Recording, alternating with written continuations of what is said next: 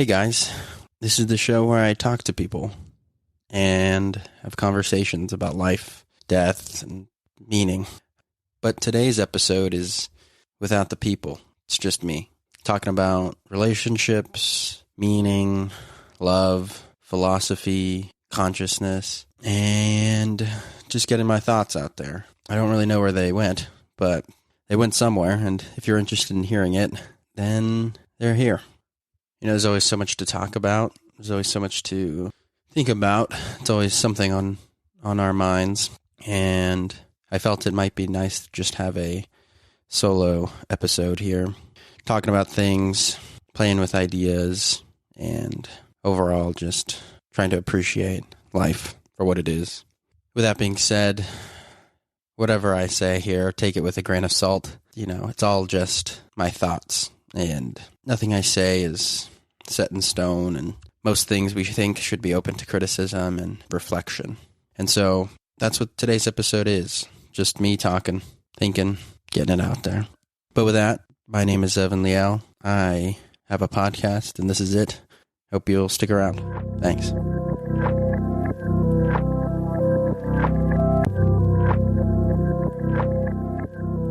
Thank you for joining me on my solo session of this podcast. You know, I think something that I am coming to realize more and more is the power of having relationships, having meaningful relationships in your life. You know, I just got off today of having many wonderful conversations, reaching out to friends that I don't reach out to enough, and trying to be there for as many people as I can, because I know that they're right there for me.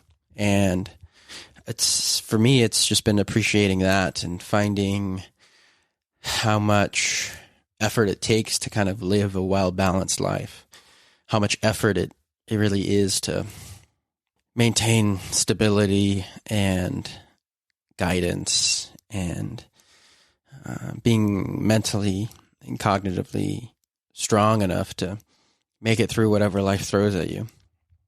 And it's a lot to balance that with everything out of your control, which seems to be everything. You can only control what you pay attention to, you know. It's okay. That's just kind of the way it is.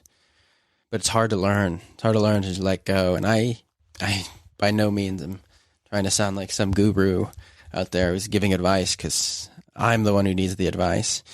But, you know, it's just, that's the point of the podcast, just trying to find the wisdom that people give and offer and can offer. There's always different routes to go down.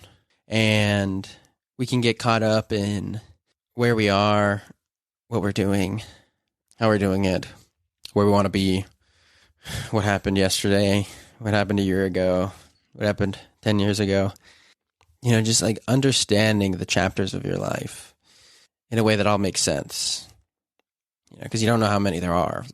You don't know how many chapters there are. You're just glad to be alive another day. And we can all hope, you know, that we live to the average life expectancy of somebody who lives in any Western country. But, you know, there's so many people who are fighting for their lives every day. And that we just don't see that, how lucky we are to not be in that situation. But it doesn't mean you're not dealing with your own issues as well. It doesn't mean that what you're experiencing isn't just as heartbreaking in its own way. And, you know, it's okay. I think it's okay that it seems that way. But all we can do is our best. And giving back is the most important thing that I can seem to know or do. Giving back, giving our love to others is really, I think, the way out of here. Just loving others, loving yourself, loving others, and loving the objects around you, the sky, the universe, consciousness, existence, in and of itself, of existing. Be loving towards that and everything in between, everything that can come of this, anything that could ever be experienced. You know, for me, it's just all about being more loving. And I struggle with that. You know, I'm not perfect. I'm not as loving as I want to be. I'm not as caring as I see myself to be. And, you know, it's like, I always want that. I'm always searching for more love towards other people, towards my family, towards my friends, towards people on the street, people you walk by that you wouldn't say hi to for whatever reason. Like, why not? Like, why not just say hi to them? Easier said than done for a lot of people, though. And it's like recognizing your own issues, becoming aware of what there is, becoming aware of how we're handling these situations within our lives so as not to overwhelm us while at the same time not being consumed by ourselves in order to produce something good in the world. And everyone has a different path. No path is the same. I mean, that's what's beautiful. That's what's so cool, is that everyone has a different piece of advice to give. There's always something to learn from other people. And that's what I love, That's why I love having conversations. That's why I value conversations so much. I'm orienting my life towards conversation with this podcast and everything I'm trying to do with it. Everything for me is through communicating with others and seeing their perspective and putting your own hubris and your own self to one side. Just offering yourself, just doing that, just offering the best you can be, and, recognizing that other people aren't, they're in a certain path too, and it's okay. And that, what they're dealing with is just as real as what you're dealing with. Recognize that, because we're all in this together. We can't do it alone. Recognizing that, maybe they flipped you off on the freeway. Maybe they stole your friend's book, or, incredibly taxing things like they divorced you, or you can't seem to move on past that relationship, or you can't see others the way you want to see them. Looking inward, like looking at yourself, reflecting on who you are, what you've done, how you've wronged people. Because we all have. And of course, it's horrible to think about. We all have our own regrets. Think about yourself when you have your regrets of the things that you wish you didn't do, but are unchangeable. They are etched in this world in some sense, and you can't take it back. It's okay. It's okay. It's part of learning. It's part of growing. It's part of just being there for yourself and just recognizing that it's difficult and that nobody has it figured out, and everyone's going through their own mind, their own consciousness in their own specific way. And they exist within you, and you exist within them.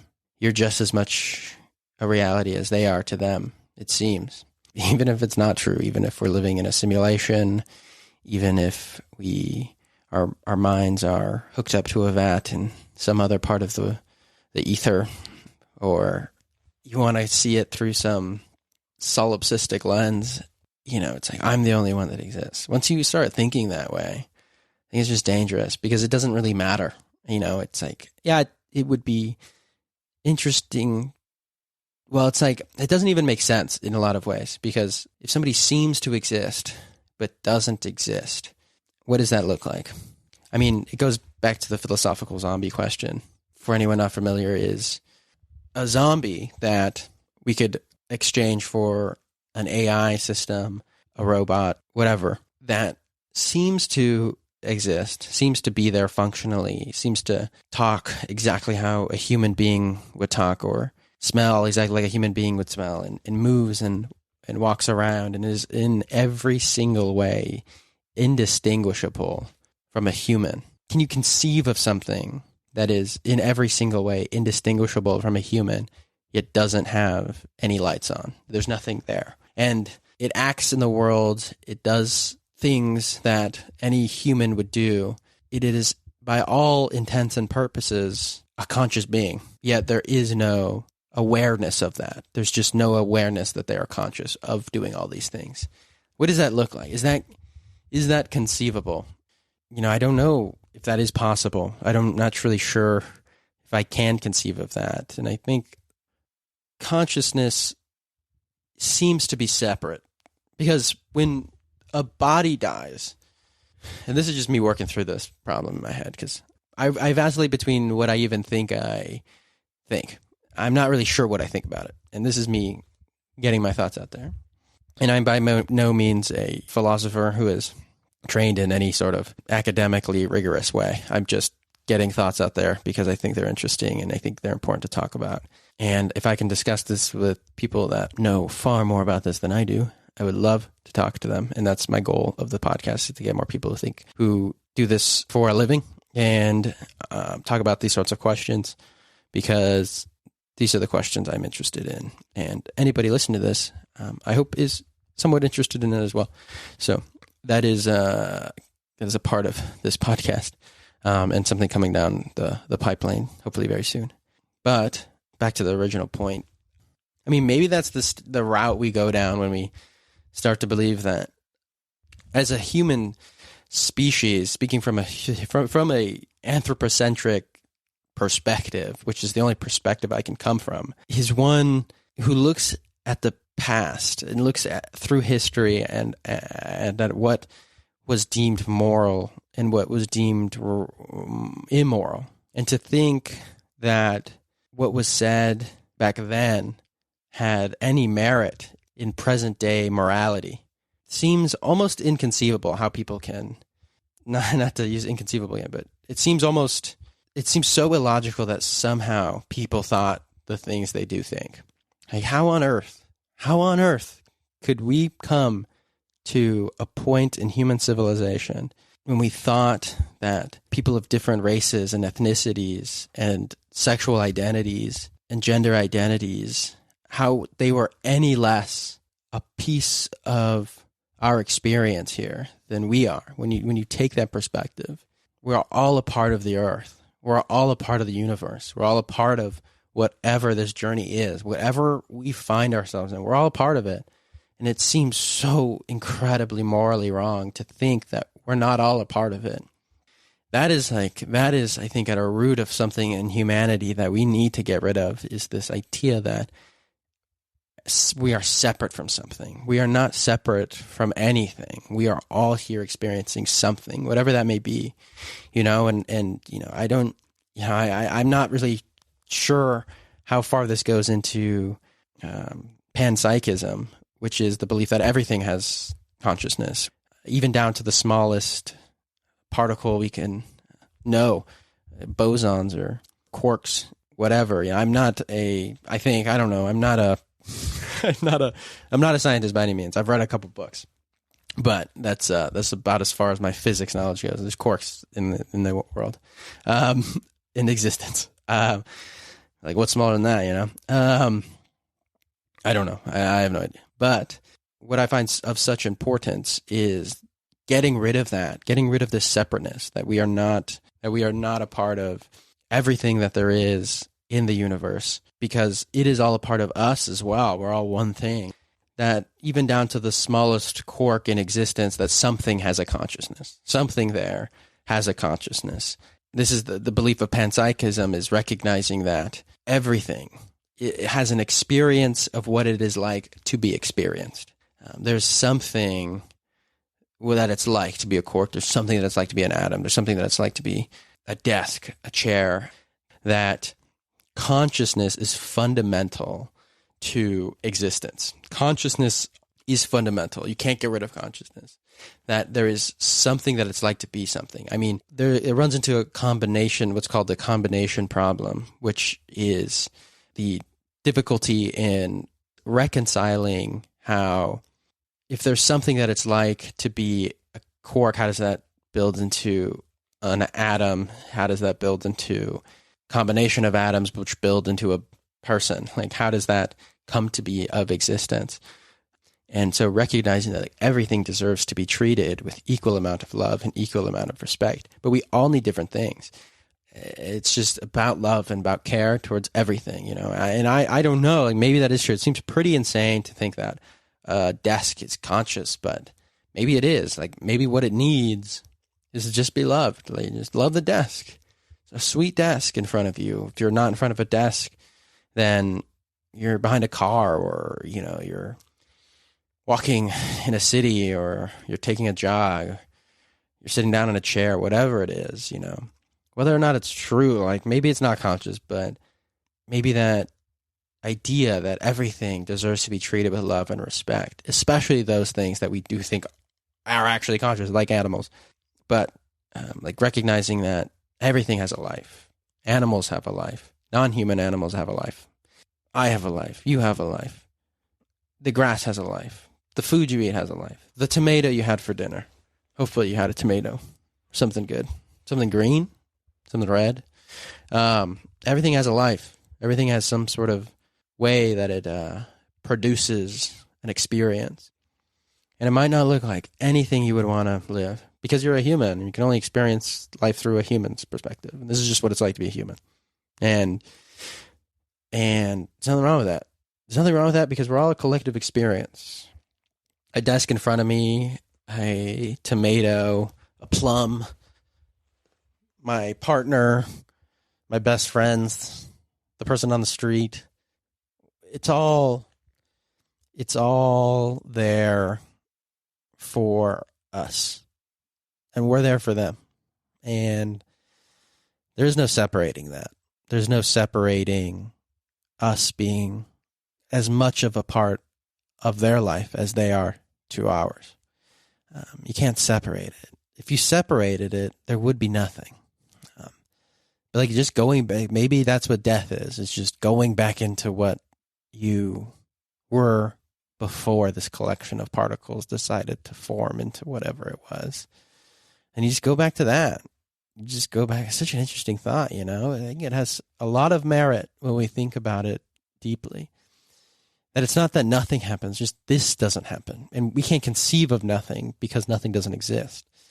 And it just seems as if nothing would exist after this collection of particles decides to be no more and to move on to something else. But that's just what you were before, it's okay. There's just a blimp on this existence, but you're going back somewhere. You don't just stop existing. It just goes back into something else. If it breaks apart, it's a natural part of life. You don't want to be stuck to the same thing forever. Why would I want to be stuck to the same thing forever? But maybe it takes time to build into that, I want to experience things beautifully and lovely as I experience them as a human. And I love being a human. I just love being a human so much. And there's nothing I would ever want to do to take that away.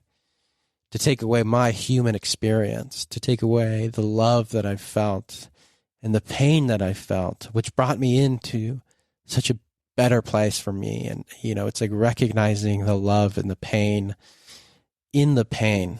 And that's such a hard thing. To love yourself, even as everything is falling apart. Loving yourself and loving the world for everything it has to offer. Because you're so stuck in this one way of thinking. You're so stuck in this sense that, everything's crumbling. And you're just like, okay, well, maybe if we start looking out a little bit, maybe if we start looking around and seeing other people for all their flaws as well, just as we have our own, like, it's okay. It's going to be okay. And when the day comes where, it's just that collection ended, the collection of experience ended, it goes back into life. It just goes back into life. Life just goes back into life. And that's awesome. Like, that's really cool. And I get so caught up, like, well, maybe it'll end tomorrow. And it's like, what is it like to die? I don't know. What is that like? I hope, I don't know. Maybe I have to get over this fear. Maybe it's something I only have to face once. But maybe, I don't know. I don't know what it is, and it's something I'm working through. But I know I'm not alone in it, and that's a big thing. It's like thinking you're alone. You're like, I'm the only one that's going to die.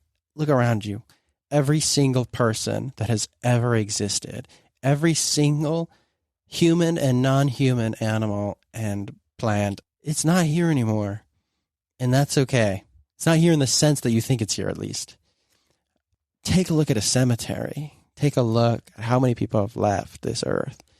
And, it's always such a somber event. Why is it always so sad and very depressing? And, and I understand why. You're losing something that was here, that you valued, that gave value to the world, or devalue to the world, or what is that? I don't even know if that means anything. Can something be devaluable if you can learn from everything? I don't know.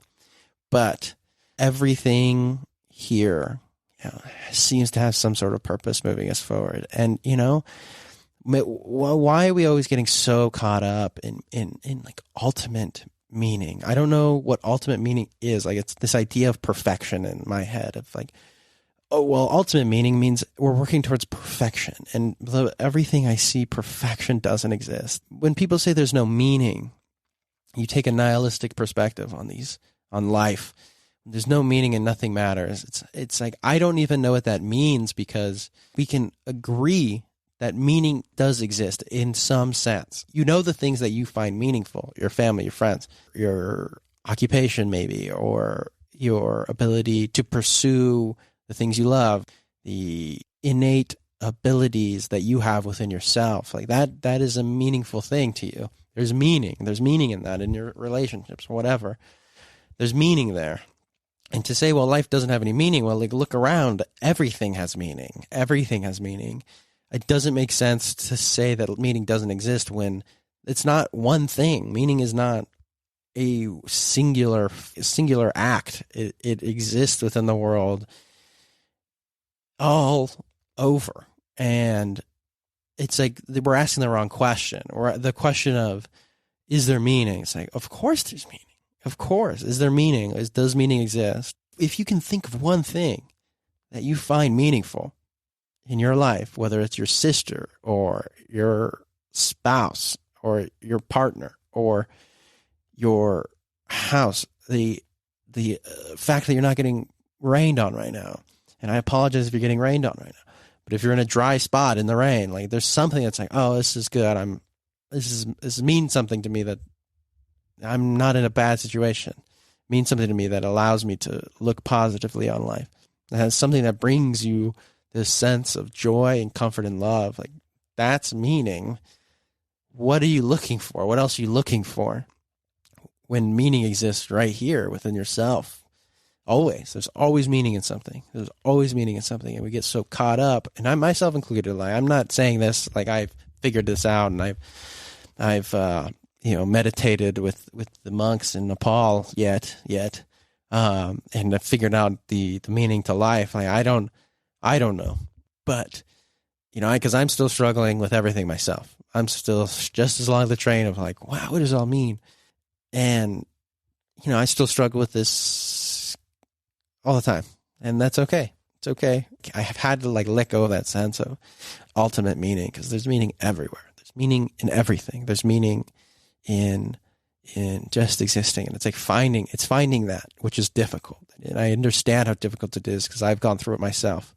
Finding the meaning, finding what it is to exist, what it means to live, what it means to experience anything, to experience the world, to experience existence. That's what I'm trying to do with this podcast. I'm trying to give something to the world that doesn't matter who sees it, who listens, in whatever case there may be.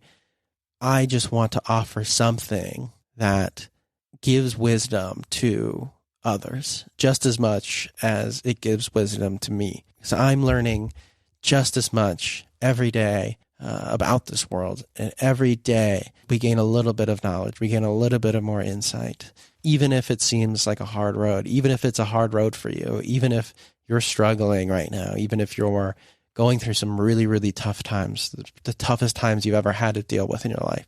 Even in those times, I want to offer something back to let you know that you're not existing alone. You're not there by yourself in this world. We're all together.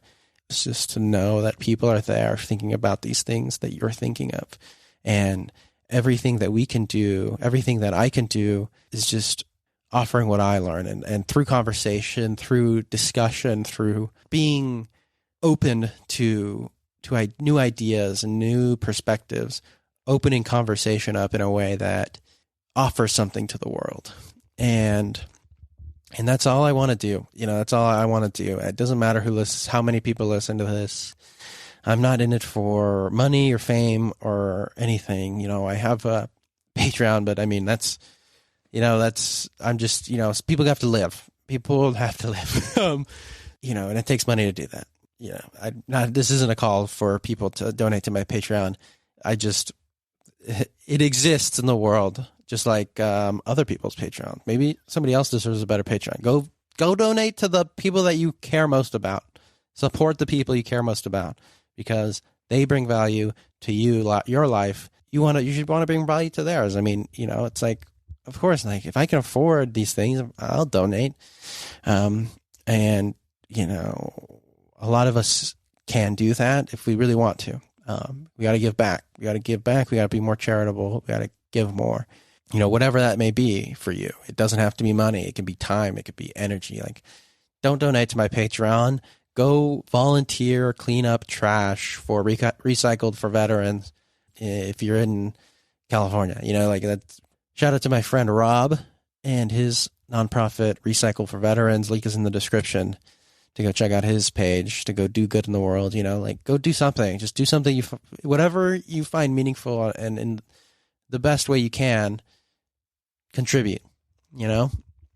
If you gain value and have some money to spend on a charity you really like, or a creator you really enjoy listening to or watching, whoever that may be, you should be able to give back to them. And it's cool because I don't want to get bombarded by ads. I would rather donate $1 a month to somebody that I watch on YouTube so he can support himself and continue doing the same things that I find value in them creating.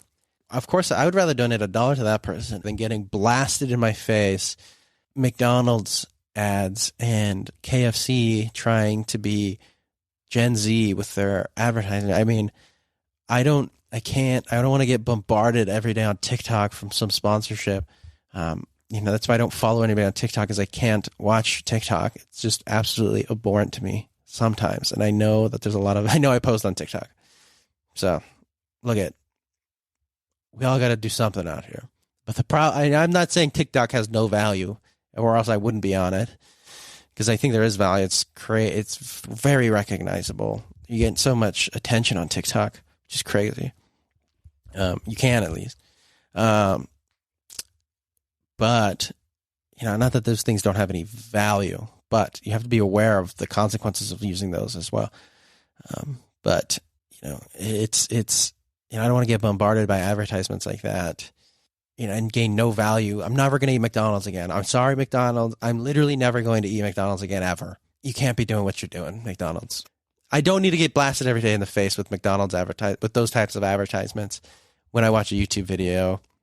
And obviously, with AI and machine learning, we are just getting more and more integrated with technology in a way that's like they're very much targeting us. But why do we have to see that as a bad thing? We don't always have to see that as a bad thing. That may be just the next logical moral step, even to just become in a symbiotic relationship with artificial intelligence. And that's just the way of consciousness progressing past here. It's okay. That's totally fine. It doesn't have to be the next. Maybe we will as humans go through some very difficult, interesting times. And maybe that is the case. Maybe that is the path for our consciousness. But maybe also this could go really well if we do it right. And maybe they don't even care. Maybe they just don't even care. And AI goes on helping us, but not with us just completely not understanding the intricacies and complexities of what it means to be an artificial intelligence, which is artificial intelligence. Why don't we just say intelligence? Why does it have to be artificial? Because we created it. But we created babies. We create babies all the time. It's not an artificial baby. I don't know. Remove the artificial in intelligence. If you would like that on a t-shirt, maybe I can make that happen. I have no idea. If you would like that on a t-shirt, message me on Discord at ExistencePod. I have a Discord, new thing, Discord. I think it's a really cool platform that I would love to get to know people who listen to this podcast. I would love to get their perspective on things, and I would love to talk to you guys in an open way. Like maybe we could put that on YouTube or something. That'd be super cool. I want to keep my interviews in person as much as I possibly can. For me, that's just a personal thing. I mean, I love traveling. I love talking to people. For me, the most genuine conversations. For me, I should say, there's a different element. Not that there's a different element to being in person that remote conversations just don't have. And, maybe that changes through augmented reality. I don't know. But right now, as we are experiencing things, as we are experiencing things in 2023, when this episode is recorded, I want to keep things in person as much as I can, because there's a different element to me, and it's like a whole process. You get to meet them, you get to talk to them before and after, and it's like it's a beautiful thing to be engaged in a dialogue between two people talking about very interesting and complex topics. To me, there's something beautiful about that. I just like to do it in person. Not that remote interviews are bad. I think I've had some very meaningful remote interviews, and I cherish those that I have had. But when I think about myself, I think of just building genuine connections with other people, lasting connections, like taking the trip out to see somebody or them seeing me is such a meaningful thing. It's not, I can have great conversations with people on the phone, but it's just not like being with them. It's not like seeing them face to face and sharing life with them. So I'm trying to keep it as in person as I possibly can, but being on Discord would be a sweet thing, I think. So if any of you are interested in talking with me and seeing where conversations like that go and kind of building a community on Discord, message me on Discord and we could start something. I have @ExistencePod. It's going to be cool, and I would really love to figure that out. My brother showed me around Discord because I'm a bit old, because I'm an old man. I'm 25, and I've had to Google how to use Discord multiple times until my brother showed me. Brendan, who was on this podcast. Episode is linked in the description. And yeah, I think that would be cool to kind of get a community going in Discord if anyone is interested in doing that.